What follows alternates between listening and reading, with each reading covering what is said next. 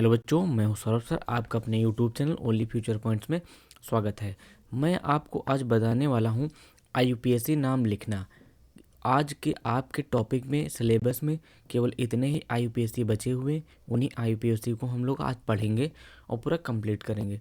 तो पहले नंबर पे ध्यान दीजिएगा, halogen, alcohol, ketone, aldehyde, alkane, alkyne के आईयूपीएससी नाम कैसे लिखें, इसके लिए इसके बारे में आज हम लोग विस्तृत अध्ययन करेंगे। बोर्ड एग्जाम में इससे ज़्यादा कोई भी आईयूपीएससी नहीं आएंगे। इससे पहले हम लोग थोड़ा यहाँ पर ये जान लेते हैं कि यहाँ पर कितने कार्बन होते हैं और किन कार्बनों को क्या कहते हैं। तो पहले नंबर पर ध्यान दीजिएगा, C1 को हम लोग मेथ कहते हैं, C2 को एथ कहते हैं। कहने का मतलब ये हुआ ये 2 कार्बन है तो 2 कार्बन को हम लोग, 1 कार्बन है तो मेथ, 2 कार्बन है तो एथ, 3 कार्बन है प्रोप, 4 कार्बन है ब्यूट, 5 कार्बन है पेंट, 6 कार्बन है हेक्स और 7 कार्बन है हेप्ट, 8 कार्बन है ऑक्ट। तो ये सबसे इम्पॉर्टेंट चीज़ है कि कार्बन की संख्या। तो कार्बन, एक चीज़ ध्यान दीजिएगा, कार्बन हमेशा 4 प्रकार से जुड़ता है क्योंकि इसकी 4 संयोजकता होती है। इसकी संयोजकता कितनी होती? 4 होती है। तो इसलिए ध्यान दीजिएगा, कार्बन हमेशा 4 प्रकार से जुड़ता है, 3 प्रकार से नहीं जुड़ सकता, हमेशा 4 प्रकार से जुड़ता है। अब आगे देखिए, इसके बाद में आगे क्या है हम लोगों का।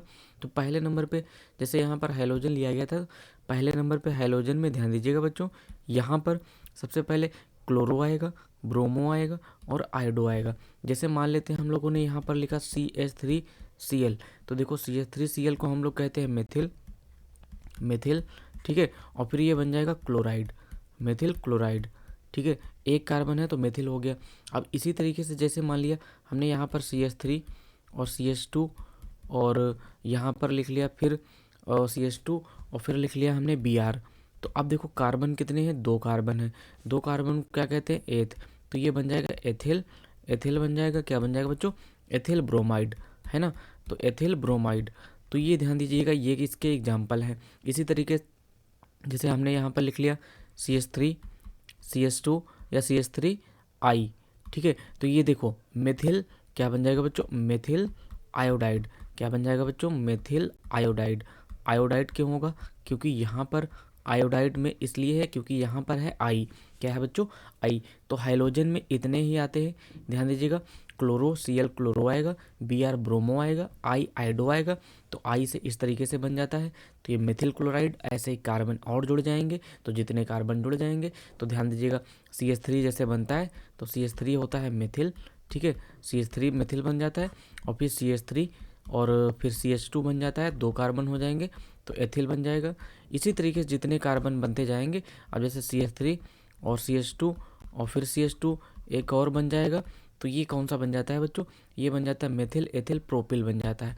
तो इस तरीके से इसमें थोड़ा ध्यान दीजिएगा, ये methyl chloride, ethyl bromide, methyl bromide या मेथिल क्लोराइड इस तरीके से बन सकता है। अब आगे देखते हैं आगे कौन है।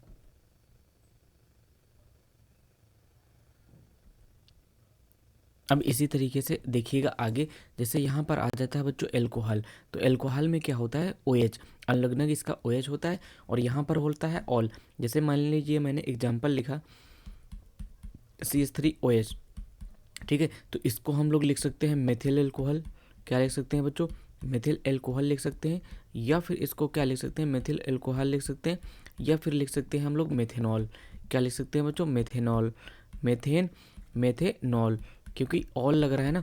तो ऑल देखो यहाँ पर ये ऑल है अनलग्नक, तो ये ऑल इंपॉर्टेंट है, तो ये मेथेनॉल बन जाएगा। इसी तरीके से मैंने जैसे मान लिया CH3 CH2 है ना और OH हो गया, तो कार्बन कितने हैं? देखो 2 कार्बन को कहते हैं एथिल, तो ये बन सकता है एथिल एल्कोहल। क्या बन सकता है बच्चों? एथिल एल्कोहल बन सकता है। लेकिन या फिर इसको हम लोग कह सकते हैं, क्या कह सकते हैं? एथेनॉल। क्या कह सकते हैं? एथेनॉल। तो इस चीज़ को ध्यान दीजिएगा, इसको एथेनॉल भी कह सकते हैं। अब इसी तरीके से जैसे मान लिया हमने एक और कार्बन बढ़ा दिया, CH3 CH2 और में OH हो गया, ठीक है। अब देखो कार्बन कितने हो गए? 1 2 3, 3 कार्बन हो गए। 3 कार्बन क्या कहते हैं? प्रोपिल। क्या कहते हैं बच्चों? प्रोपिल कहते हैं ना। तो यहाँ पर हो जाएगा प्रोपिल एल्कोहल। क्या हो जाएगा? Propyl alcohol. या फिर इसमें कह सकते हैं, या फिर इसको क्या कह सकते हैं? ध्यान देना, इसको कह सकते हैं प्रोपेनॉल। क्या कह सकते हैं? प्रोपेनॉल। तो यहाँ पर बच्चों अच्छे से ध्यान दीजिएगा, ये प्रोपेनॉल बन गया। एक बार फिर से बता दें, जैसे CH3 आ जाएगा तो केवल ये CH3 है तो वो ध्यान दीजिएगा, उसको क्या कहते हैं, और जो CH3 है पूरा, जैसे मान लिया कोई भी पहले CH3 है तो CH3 को हम लोग क्या कहते हैं, तो एक चीज़ ध्यान दीजिएगा, जैसे CH3 है तो CH3 को हम लोग कहते हैं मेथिल। एक बार फिर से अच्छे से समझ लो, CH3 को क्या कहते हैं, मेथिल। और इसी तरीके से CH3 और मान लीजिए CH3 है और CH2 है और सिंगल बॉन्ड में, ठीक है, जैसे मान लिया CH3, ठीक है, सिंगल बॉन्ड CH2 और फिर सिंगल बॉन्ड, तो ये हो जाएगा मेथिल एथिल हो जाएगा, क्योंकि इसमें कार्बन है 2, ठीक है बच्चों। और इसी तरीके से ध्यान दीजिएगा, जैसे मान लिया CH3 लिखा है, CH2 लिखा है और फिर सिंगल बॉन्ड CH2 लिखा है, तो ये हो जाएगा मेथिल नहीं, ये हो जाएगा प्रोपिल, ठीक है। तो इस तरीके से इसमें थोड़ा ध्यान दीजिएगा, इससे अच्छे से क्लियर हो जाएगा। अब आगे देखते हैं नेक्स्ट कौन सा है। इसके बाद देखिएगा, इसके बाद यहाँ पर हम लोगों ने लिया प्रोपेन। कीटोन लिया है तो कीटोन में होता है इसका अनलग्नक ओन होता है और इसका formula double bond C double bond O होता है। जैसे इसमें मान लिया हमने यहाँ पर ये फार्मूला लिखा CH3, ठीक है, CH3 लिखा और फिर इसके बाद ध्यान दीजिएगा सिंगल बॉन्ड C और फिर डबल बॉन्ड O और फिर CH3, ठीक है। तो यहाँ पर एक चीज़ ये ध्यान दीजिएगा अच्छे से, यदि हम लोग IUPAC नाम लिखेंगे इसका, तो IUPAC नाम लिखने के लिए 3 कार्बन है। 3 कार्बन क्या कहते हैं, तो 3 कार्बन को बच्चों ध्यान दीजिएगा प्रोपेन कहते हैं। क्या कहते हैं बच्चों, प्रोपेन, है ना, प्रोपेन कहते हैं। और प्लस हो जाएगा ओन, क्या बन जाएगा, तो ध्यान देना यहाँ पर क्या बन जाएगा, प्रोपेनोन। क्या बन जाएगा बच्चों, प्रोपेनोन, ठीक है। तो ये IUPAC बन जाएगा। या फिर इसको कह सकते हैं, देखो ईथर यहाँ पर मेथिल कितने हैं, 2 हैं, तो यहाँ पर कह सकते हैं, या फिर इसको कह सकते हैं क्या कह सकते हैं बच्चों, di methyl ether, sorry di methyl ketone, ये भी कह सकते हैं। तो ये यदि आ जाए तो ऐसे ध्यान रखना है, क्योंकि डाई मेथिल यानी 2 को डाई कहते हैं और 3 को ट्राई कहते हैं, ठीक है। इसी तरीके से जैसे मान लिया हमने यहाँ पर C2H5 है ना, C2H5, या फिर इसके बाद हमने थोड़ा और बढ़ा देते हैं, कैसे कर देते हैं, ऐसे लिखते हैं CH3 सिंगल बॉन्ड CH2, है ना, और फिर सिंगल बॉन्ड C और सिंगल बॉन्ड और CH2 और फिर सिंगल बॉन्ड CH3, ठीक है, और फिर यहाँ पर डबल बॉन्ड O, ठीक है। तो ऐसे डबल बॉन्ड CO आ जाएगा, तो इससे आपको ये पता चल जाएगा कि ये कीटोन समूह का है। अब देखो यहाँ पर कार्बन कितने हैं, 1 2 3 4 5, 5 कार्बन है, तो 5 कार्बन को क्या कहते हैं, क्या कहते हैं, पेंटेन हो जाएगा और प्लस ओन, है ना। तो यहाँ पर ध्यान देना, इसका IUPAC नाम आ जाएगा पेंटेनोन। क्या आ जाएगा बच्चों, पेंटेनोन आ जाएगा। या फिर इसको कह सकते हैं, देखो C2H5 ये बन रहा है ना, 2 लगे हुए तो इसको कह सकते हैं die ethyl ether, sorry die ethyl ketone. क्यों, क्योंकि यहाँ पर 2 लगे हुए, तो ये हो जाएगा डाई एथिल कीटोन। क्या बन जाएगा बच्चों, डाई एथिल कीटोन, ठीक है। तो ये हम लोगों ने समझ लिया कीटोन का IUPAC नाम कैसे लिखा जाता है। अब आगे देखते हैं कि आगे कौन सा IUPAC नाम लिखना है। इसके बाद यहाँ पर देखिएगा एल्डिहाइड के बारे में लिखा जाएगा। तो एल्डिहाइड में सूत्र होता है सिंगल बॉन्ड CHO और इसमें जोड़ा जाता है अनलग्नक में अल जोड़ा जाता है। क्या जोड़ा जाता है, अल जोड़ा जाता है। अब जैसे मान लिया पहले हम लोगों ने लिख लिया H सिंगल बॉन्ड CHO, तो यहाँ पर है 1 कार्बन, तो 1 कार्बन को कहते हैं, देखो मेथेन, है ना, मेथेन और प्लस क्या हो जाएगा अल, क्या बन जाएगा, मेथेनल। ये ध्यान देना बच्चों, बन जाएगा मेथेनल। और इसी तरीके से इसको हम लोग कह सकते हैं फार्मल्डिहाइड। क्या कह सकते हैं, फार्मेल्डिहाइड, ठीक है, फार्मेल्डिहाइड। तो ये बच्चों फार्मेल्डिहाइड फार्मूला बन जाता है। और इसी तरीके से जैसे मान लिया हमने बढ़ा दिया, यहाँ पर क्या लिख दिया CH3 CHO। अब यहाँ पर देखो क्या कार्बन कितने हो गए, 2 कार्बन, 2 कार्बन क्या कहते हैं, एथेन कहते हैं ना, एथेन और प्लस क्या हो जाएगा, यहाँ पर ध्यान देना अल हो जाएगा। क्या हो जाएगा, अल। तो ये क्या बन जाएगा, एथेनल। क्या बन जाएगा बच्चों, एथेनल। और इसको भी क्या कह सकते हैं, इसको ध्यान दीजिएगा एसिटेल्डिहाइड कह सकते हैं। इसका जो नाम होता है एसिटेल्डिहाइड, ठीक है, एसिटेल्डिहाइड। और इसी तरीके से मेथेनल, अब एथेनल, प्रोपेनल, ब्यूटेनल, इसी तरीके से और बनते जाएंगे।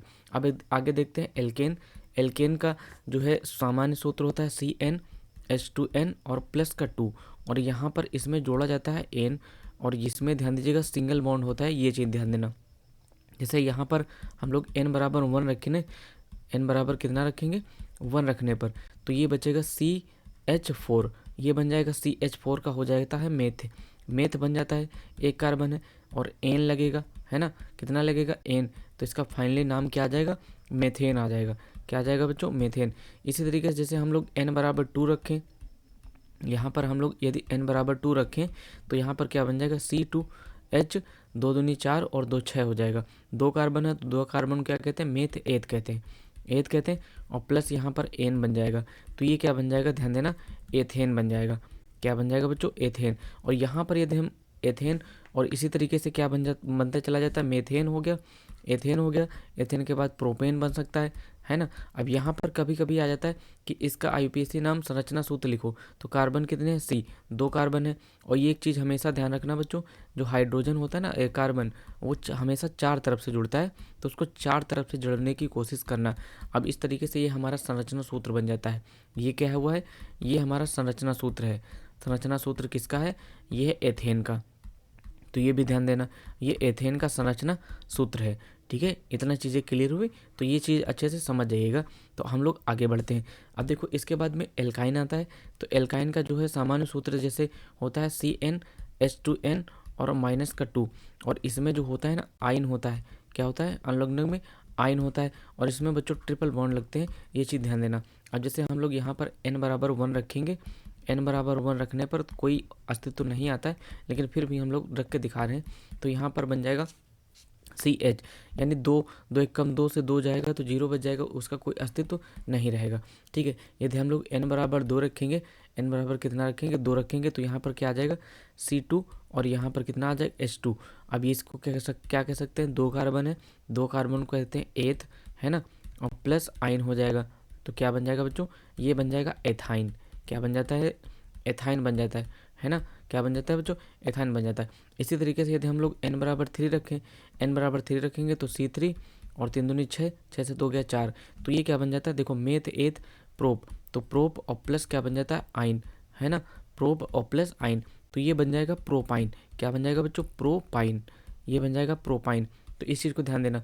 अब यदि हम लोग संरचना सूत्र निकालना चाहें तो पहले हम लोग C जोड़ लेते हैं, और फिर हाइड्रोजन को 4 तरफ से जोड़ देते हैं, और फिर जहाँ पर कम बचता है ना, जहाँ पर कम रहेगा वहाँ पर ट्रिपल बॉन्ड लगा देंगे। इस चीज़ को ध्यान देना। तो यहाँ पर ध्यान दो, यहाँ पर हाइड्रोजन कितने हैं, C3H4 है, H4 है ना, तो हाइड्रोजन ज़्यादा हो गया इधर साइड, तो ये भी ध्यान दीजिएगा, C3H4, यानी 3 तो H हैं और H4 हैं। ठीक है, तो 3 इधर हो गए।